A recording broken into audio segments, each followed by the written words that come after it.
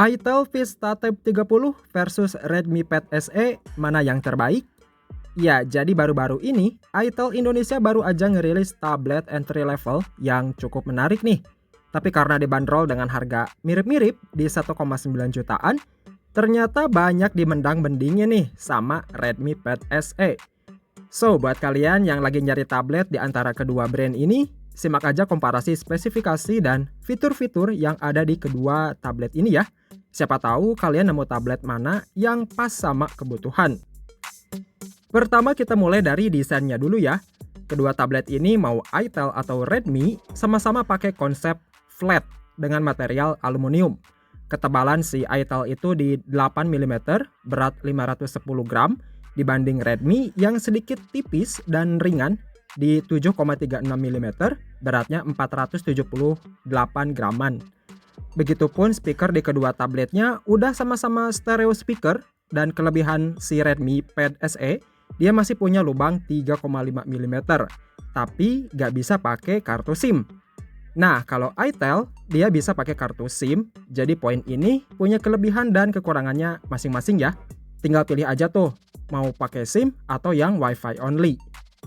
Terus buat layar, ternyata luasnya sama nih, di 11 inci yang resolusinya udah Full HD+, pakai panel IPS LCD.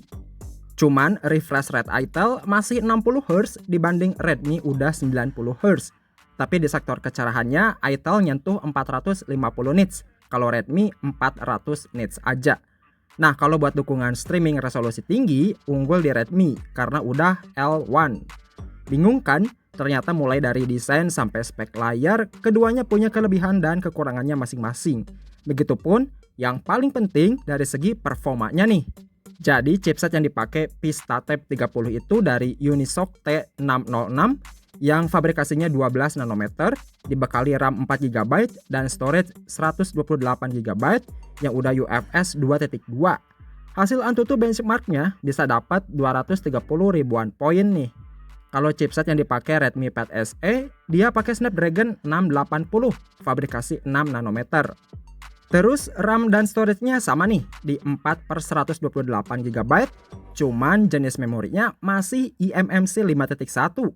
Tapi skor buat Antutunya sedikit lebih tinggi di 280 ribuan poin. By the way, masing-masing tablet ini masih ada kok slot microSD yang bisa diekspand sampai 1 TB. Dan RAM virtual juga tentunya ada ya guys.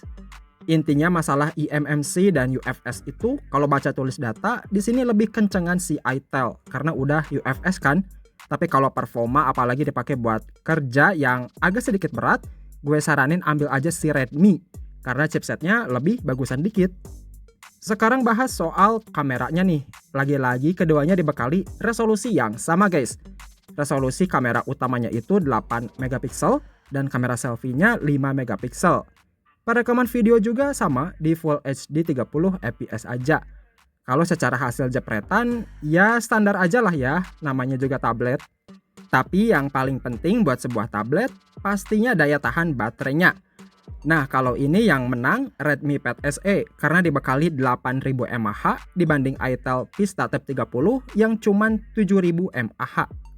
Kalau soal charger, keduanya dikasih adaptor 10 watt dan pastinya butuh waktu 4 jaman buat ngecas sampai penuh. Kemudian soal softwarenya, lagi-lagi Redmi Pad SE unggul karena dapat 2 kali naik OS, yang OS awalnya Android 13 berbasis MIUI 14. Sedangkan itel Vista Tab 30 nggak dijelasin entah bakalan dapat update OS atau enggak. Tapi untungnya pas keluar box udah pakai Android terbaru, yaitu Android 14. Lanjut buat fitur spesialnya, di Redmi Pad SE itu udah support GPS. Jadi bisa dipakai tuh buat lacak lokasi yang lebih akurat.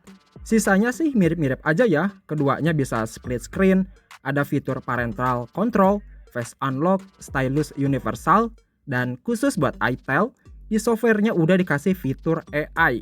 Tapi AI di sini hanya buat khusus asisten personality aja ya. So, kesimpulannya, kalau kalian punya budget maksimal 2 juta ke bawah, kedua tablet ini recommended banget kok. Karena layarnya lebih luas 11 inci, fitur-fiturnya banyak, paling yang perlu diperhatiin itu soal performanya aja. Memang keduanya bukan dibuat khusus untuk pekerja berat, Tapi kalau emang butuh yang sedikit lebih ngebut, Redmi Pad SE pilihannya. Cuman ya itu, minusnya nggak bisa pakai SIM card aja. Kalau itel kan enak ya, nggak bergantung terus sama WiFi. Jadi kalian lebih milih mana nih, itel atau Redmi? Coba komen di bawah ya. Oke, thanks ya udah nonton video ini sampai habis. Kita ketemu lagi di konten selanjutnya.